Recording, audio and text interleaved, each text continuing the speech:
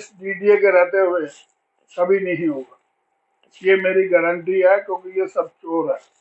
ये जब तक डीडीए का डिपार्टमेंट को आग नहीं लग जाएगी तब तक ये सही नहीं होना। मैं यहाँ दिल्ली में रह रहा हूँ 1947 से, मैं तब से देख रहा हूँ, आज इतने वर्ष हो गए हैं, किसी ने कोई काम करा नहीं। सब गुंडे, सब बेईमान और सब पैसे लुटे। मेरे दोस्तों, मेरा नाम केदारनाथ बब्बर है और आज सारे देश में इलेक्शन हो रहा है और एक दूसरे को ऐसे बातें कर रहे हैं जैसे कुत्ते बिल्ली को करते हैं।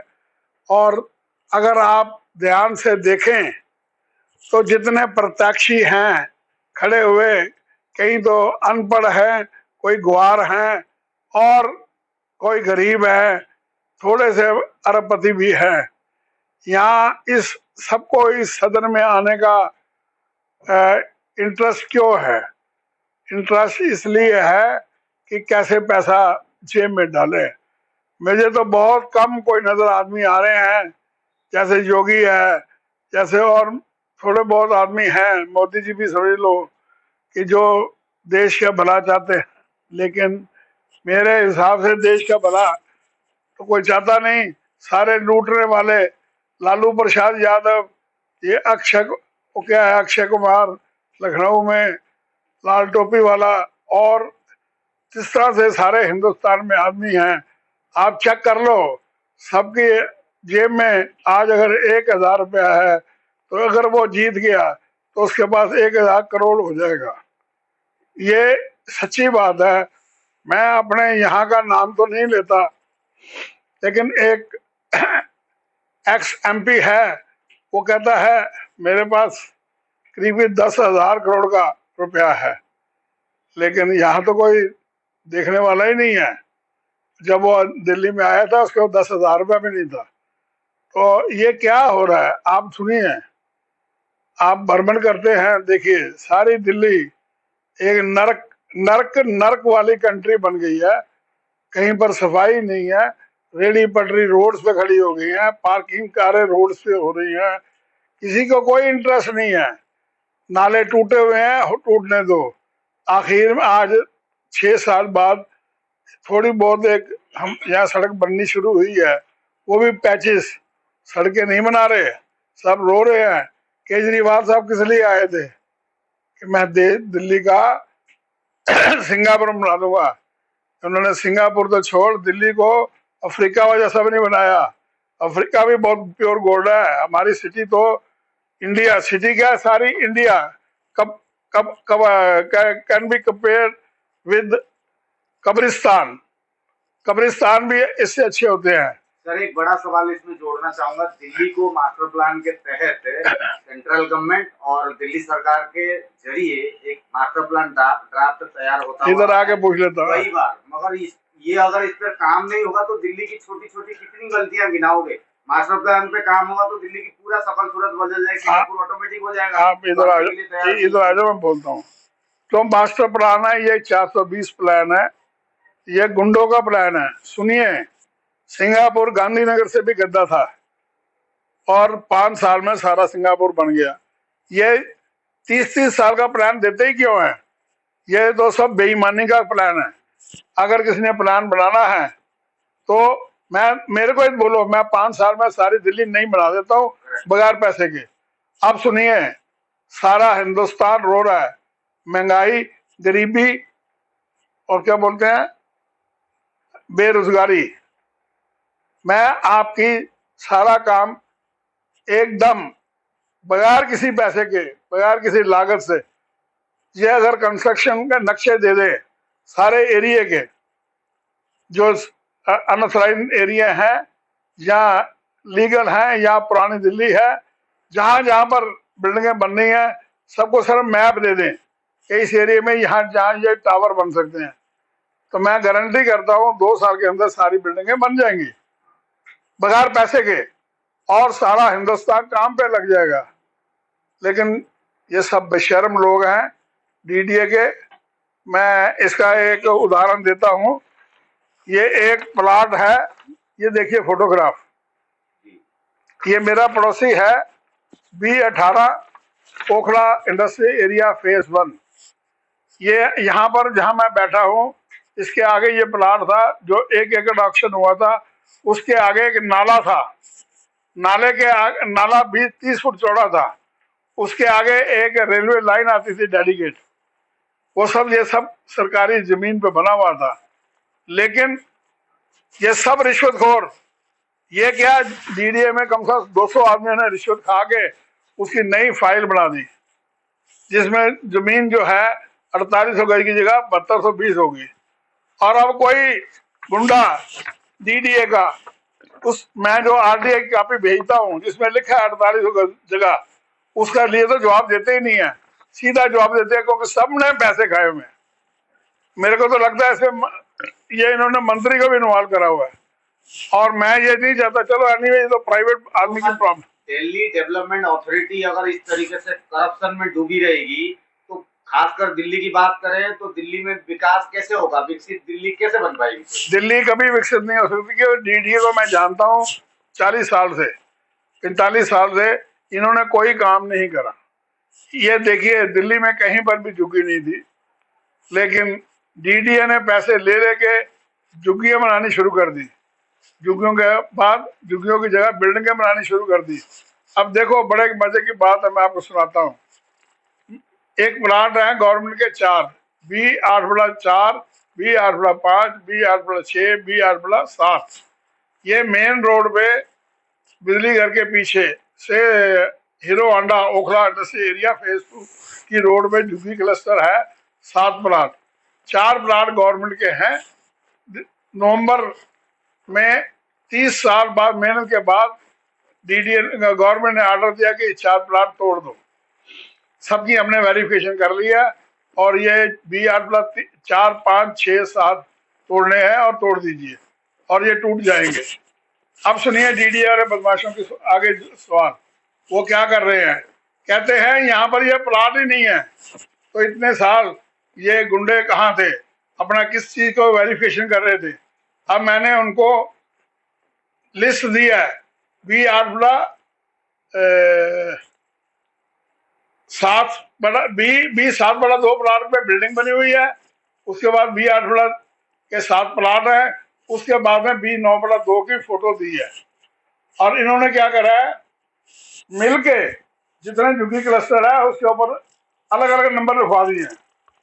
ये सब डीडीए ने ही पैसे खाए हैं, और ये क्या करेंगे, इनके कर्म ही खराब है, ये मरने वाले लोग हैं, पता नहीं भगवान को कब मारेगा, लेकिन इस देश का कुछ नहीं हो सकता।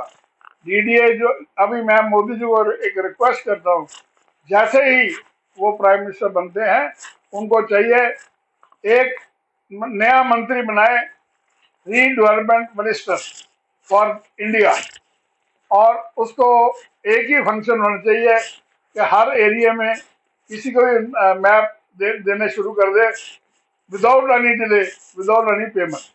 बस आप देखो सारी दिल्ली कैसे बनेगी, फ्लरिश होगी। अब यहाँ पर तो फ्लरिश होने का, मैं यहाँ पर एक बड़ा सवाल आता है, भारत की राजधानी दिल्ली है, सरकार कोई भी हो, राज्य सरकार हो, केंद्र सरकार की नैतिक जिम्मेदारी बनती है कि भारत की राजधानी को एक ऐसे लेवल में रखा जाए जो कि विश्व भर में इसका नाम हो। ये कोई दया का पात्र नहीं है दिल्ली, ये डिजर्व करती है कि इसको सिंगापुर जैसे बनाया जाए, या तो अत्यधिक खूबसूरत बनाया जाए जिसका नाम हो। तो इनका नाम तो कभी इस डीडीए के रहते हुए कभी नहीं होगा, ये मेरी गारंटी है, क्योंकि ये सब चोर है। ये जब तक डीडीए का डिपार्टमेंट को आग नहीं लग जाएगी, तब तक ये सही नहीं होना। मेरा प्रधानमंत्री से निवेदन है कि हिंदुस्तान के सारे लोग नाराज हैं, हमारे पास बेरोजगार है, महंगाई है, ये सारी एकदम खत्म हो जाएगी अगर आप ये रीडेवलपमेंट मिनिस्टर को से नक्शे बनवा के हर कॉलोनी के अनअथराइज वालों को दे देंगे। अब देखिए यहाँ कितनी बेईमानी है डीडीए की। सैनिक फार्म और 2-3 और फार्म ऐसे हैं, इनको ऑथराइज ही नहीं कर रहे। तो इसलिए नहीं कर रहे क्योंकि ये वहाँ पर खुद इनके अफसर रहते हैं, और वो कहते हैं हमें तो देना पड़ेगा प्रॉपर्टी टैक्स। तो ये प्रॉपर्टी टैक्स भी नहीं देने दे रहे, और ये जगह सारी ऐसे ही कबाड़ बन रही है। अब आप बताइए ये कैसे ठीक हो? तो सैनिक फार्म और कुछ कॉलोनियों को एफ्लुएंट बताया गया है, धनाढ्य बताया गया है, अलग दर्जा आप लोगों को मिला है, ऐसा भेदभाव क्यों किया गया है? नहीं, इसका कोई मतलब ही नहीं है। क्या भेदभाव है जी, वहाँ भी लोग रहते हैं, इंसान है। तो आपको रजिस्ट्री का मौका नहीं दिया जा रहा है ना, जबकि बाकी संगम विहार लोगों को मिल रहा है। आपको, आप संविधानिक अधिकारिक वोटर हैं, आपको क्या आपके घर में रहने के बाद रजिस्ट्री का मौका नहीं देना चाहिए सरकार आप को? सुनिए मेरी बात। हाई कोर्ट में केस चल रहा है, वहां पर स्टे है सब तीनों कॉलोनियों में बिल्डिंगें बनाने की। लेकिन तीनों कॉलोनियों में अगर गूगल का मैप से देखें तो हजारों मकान नए बने हैं, हजारों। और उसमें अमीर कौन होता है? पुलिस वाला, एसएचओ और उसका स्टाफ, और एमसीडी और उसका स्टाफ। ये इसलिए नहीं करते, और डीडीए वालों को भी पैसे जाते हैं, एमसीडी वाले देते हैं कि हमारे को रिश्वत आती रहे। सिर्फ रिश्वत के लिए ही बैठे हैं। आप इनको बेशर्मों को बोलो रिश्वत के लिए काम छोड़ो, आप अप्रूव कर दो तो गवर्नमेंट को पैसे जाने दो, क्यों रिश्वत का अलग देने दो? आप वेरीफाई कर लीजिए, करोड़ों रुपया इनके सबके घर में मिलेगा। अब रेड मारो, हर एसएचओ के पास कम से कम 50 करोड़ तो होना ही चाहिए। खाली सैनिक फार्म से ही नहीं, इसी तर्ज पर आप जिस करप्शन का आधार बता रहे हैं, पूरी दिल्ली में अनऑथराइज कॉलोनियों का जमावड़ा हो गया है।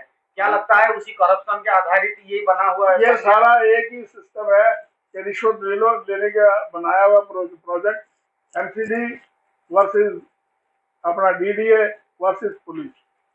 अब तो इतना वर्ष हो गया। ऐसा ये तीनों विभाग के चलते बेड़ा गर्क हो रहा है। ये इनके कारण ही सारा पट्टा बैठ गया।